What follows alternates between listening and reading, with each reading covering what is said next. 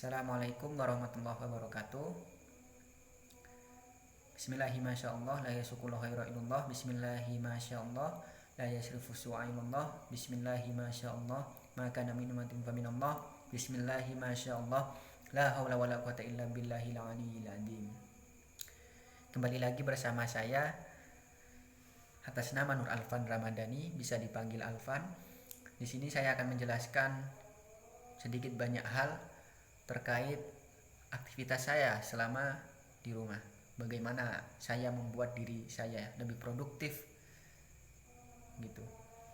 Karena kalau kita lihat ketika kita menjadi mahasiswa ataupun kaum terpelajar, tentunya ketika kita di daerah perantauan tempat kita kuliah, itu masih banyak wadah yang bisa kita ikuti untuk membuat diri kita lebih produktif.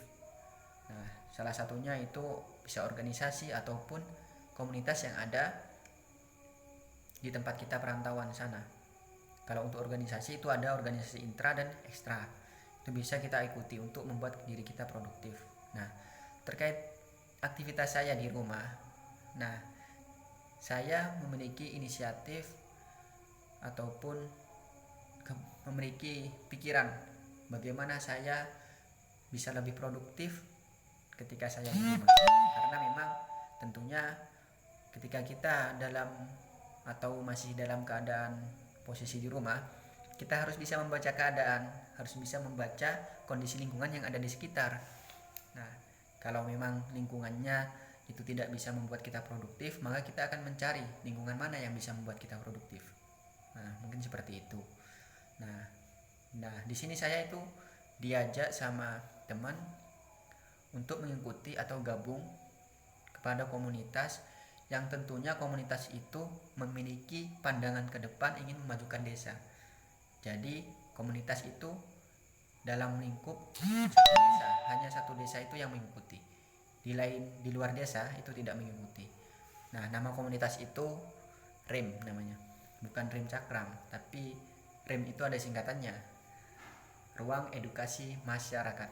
Nah, ruang itu bisa kita artikan sebagai wadah, dan edukasi itu terkait pendidikan, bagaimana mendidik perilaku, sikap, ataupun karakter seseorang. Nah, itu perlu kita pupuk melalui wadah komunitas ini. Dan masyarakat itu sendiri bisa diartikan sebagai segolongan kelompok yang hidup secara bersama. Itu bisa diartikan sebagai masyarakat. Kalau hidup secara sendiri itu namanya individu. Nah, REM di sini itu memiliki titik fokus atau visi misi. Ada 3 aspek.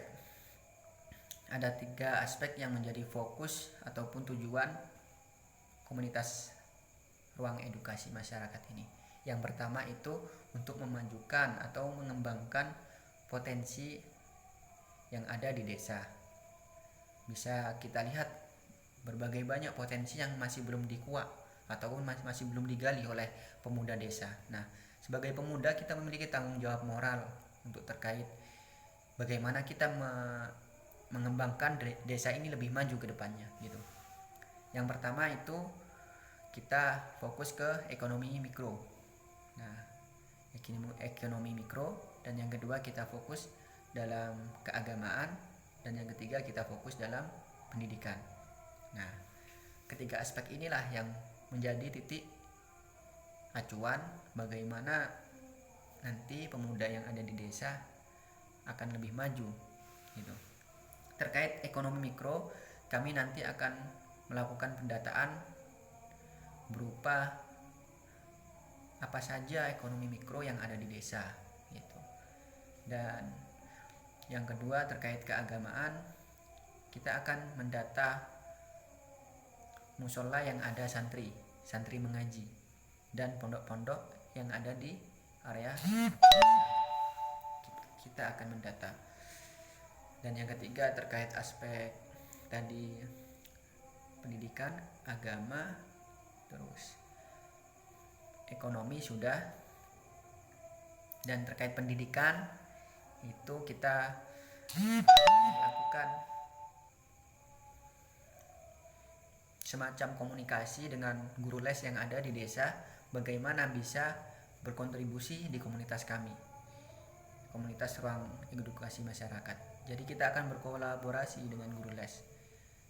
Itu meskipun tidak berkolaborasi, setidaknya guru les itu tahu bahwasanya ada komunitas ruang edukasi masyarakat.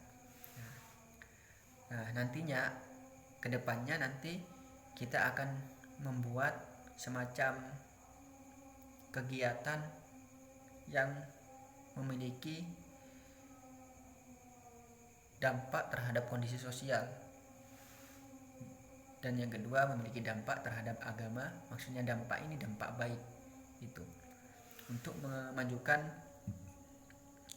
kondisi keagamaan yang ada di desa. Terkait bagaimana ketika kita lihat mungkin hadrah, nah, itu salah satu situs kebudayaan yang ada di desa. Kalau hadrah itu memang sekarang agak redup, bagaimana cara kita komunitas membuatnya hadrah tersebut lebih aktif kembali. Nah, untuk terkait pendidikan itu kita akan melakukan penjaringan terkait anak-anak yang lebih suka bermain daripada belajar. Nah, itu kami akan melakukan pendekatan-pendekatan bagaimana anak tersebut bisa memulai giat belajar dengan cara mungkin melakukan atau menuruti apa saja kemauan anak itu untuk bisa belajar. Tentunya nanti belajarnya akan ditempatkan di sekretariat ruang edukasi masyarakat. Nah, terus yang kedua, kita akan memecahkan atau menggali potensi yang ada di desa. Nah, potensi yang ada di desa itu bisa berupa tempat yang belum terekspos oleh media. Nah, kita akan mengekspos melalui media massa ataupun melalui media sosial, media online gitu. Mungkin seperti itu.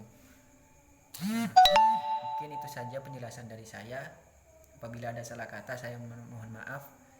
Kurang lebihnya, Assalamualaikum warahmatullahi wabarakatuh.